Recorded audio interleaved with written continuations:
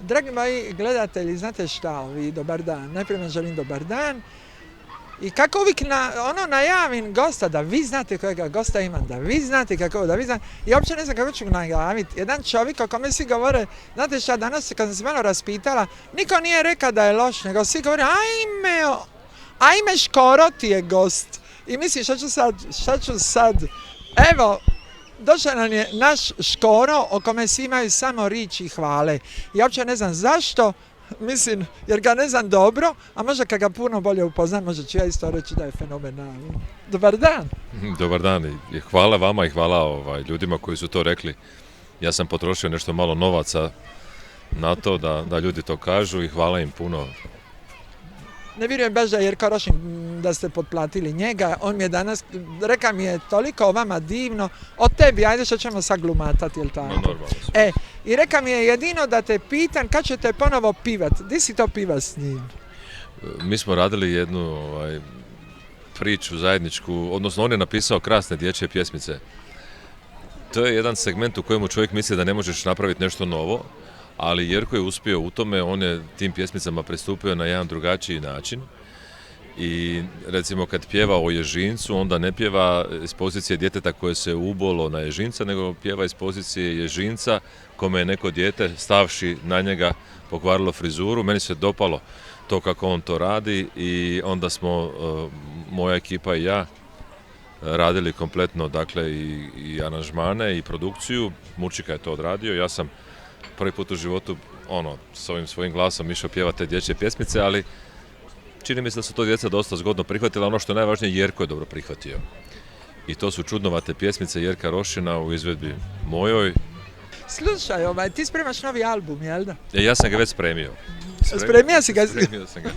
Spremio sam ga i objavio sam ga. Nemoj isto tražiti da nešto pjevam s tog albuma. Neću, ajde, dobro. A prije koliko si ga objavio? A ima već dosta, skoro mjesec i po dana. Dobro, ali sam da je valjda je godišnji friško je, da. Album se zove Putujem sam, ima 14 pjesama i tako, nalazi se po trgovinama. A reci, molim te, kako si tako pocrnio? A ti si se kupa? Od roštilja sam pocrnio. To je nevjerojatno kako čovjek može od roštilja, samo moraš biti gol do pasa i onda zapališ malu buktinju i eto.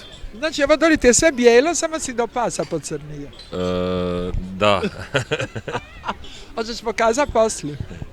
Pa ako bude maestro Bogdanić napravio što on obećao u intervju s tobom, onda ću i ja svoj dio odraditi. On se voli kupati gol, a ja kuham roštilj, gol do pasa. Znači, ko će pocrniti, samo neka dođe na roštilj kod našega Miroslava Škore, jel? To mi od majica mi pušta malo. A to ti od majica, znači žena ti dobro ne raženta. Dobit će. Slušaj, ti si sretno oženjen, imaš 2 dice, sina od 19 godina i čer od 23, jel ti mali svira? Svira, on je, voli glazbu i tako, krenuo je u glazbenu školu, međutim, kao i sva djeca njegovog uzrasta, uglavnom on to vidi na svoj način, pa je odustao od toga, nažalost nije završio, odustao je gotovo pred kraj, on je jedan od onih koji je došao u Rim, ali papu nije vidio, završio sada gimnaziju, tako da je ostavio klavir, ostavio je teoriju glazbe i prebacio se na električnu gitaru, voli to jako, sav je u tome, šteta što nije negdje na delti Mississippija, bio bi dobar bluzer, za razliku od Čeri koja je završila klasično obrazovanje, ona je violinistica i tako. Sve ono što ja nisam uspio u životu napraviti, onda ja te svoje frustracije ispucavam.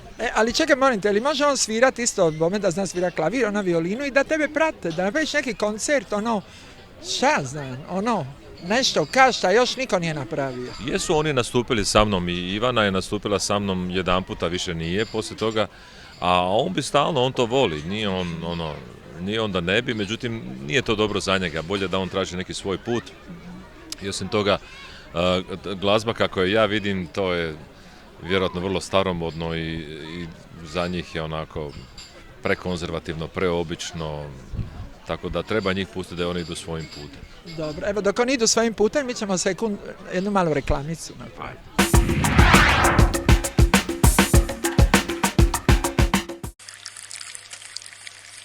Mala Kavana, Split 3, right place for food. Mala Kavana, Ravne njive, right place for coffee. Mala Kavana Žnjan i Mala Kavana Lokve, right place for you. Splitski lanac kafeterija s puno gušta. Mala Kavana. Više na www.malakavana.hr.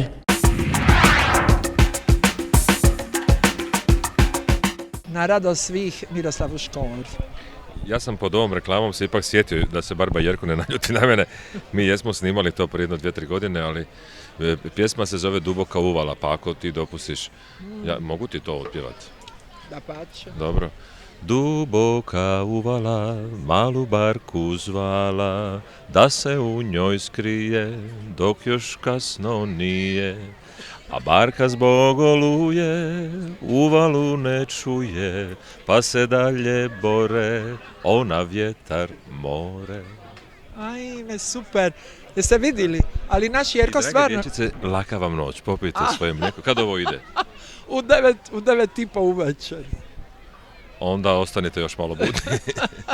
Dok ne završimo. A čudna su vremena, prije se išlo spavati, Je. kad sam ja bio prije dosta stoljeća mali, onda mi bi gledali onaj crtani film u 7:15 i onda već od 7:15, znači pola 8 do 8 smo se spremali i u 8 si trebao biti u krevetu. A moja generacija već popodne išla spavati. Da. bi roditelji bili mirni. Moja baba je išla spavati u 10 ujutro. O, bila je napredna. Da, ona bi došla kući negdje tek oko 7. Jesi ti na nju? Nisam. Šta bi ti žena rekla?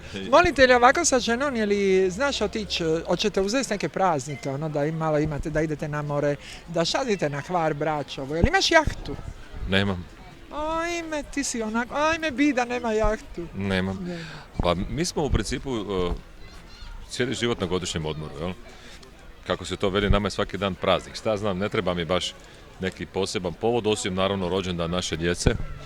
To nam je neki povod. Ja jako loše pamtim datume i u svakom slučaju nemam ono da patim na te stvari. Joj, sad je, znam da postoji Valentinovo, ali ne slavim to.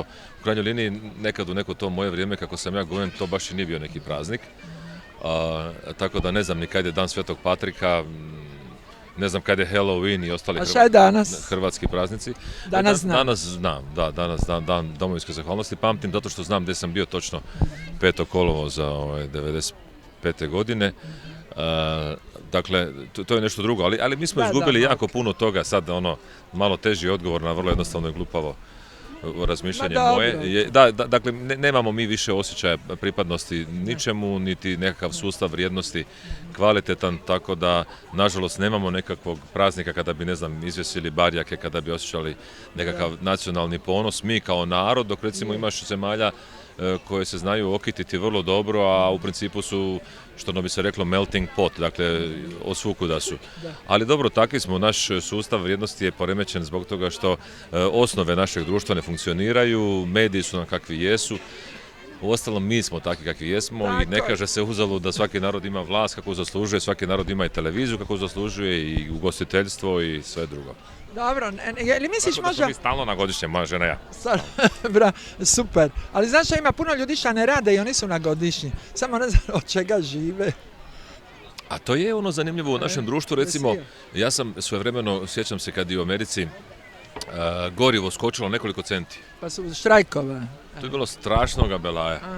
Dok recimo kod nas, ne znam, za 3-4% poena, što je jako puno, dakle to je više od 10%, skoči PDV. Nikome ništa. Znači, očito postoji neki razlog zbog čega smo mi takvi kakvi jesmo, zbog čega se mi ne bunimo.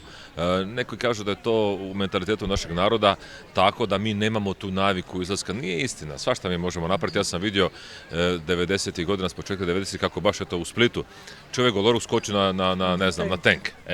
Znači, možemo mi to kad nama dođe, što mi dođe do... Valjda nam nije došlo do ovdje. Ili nemamo pravoga vođu.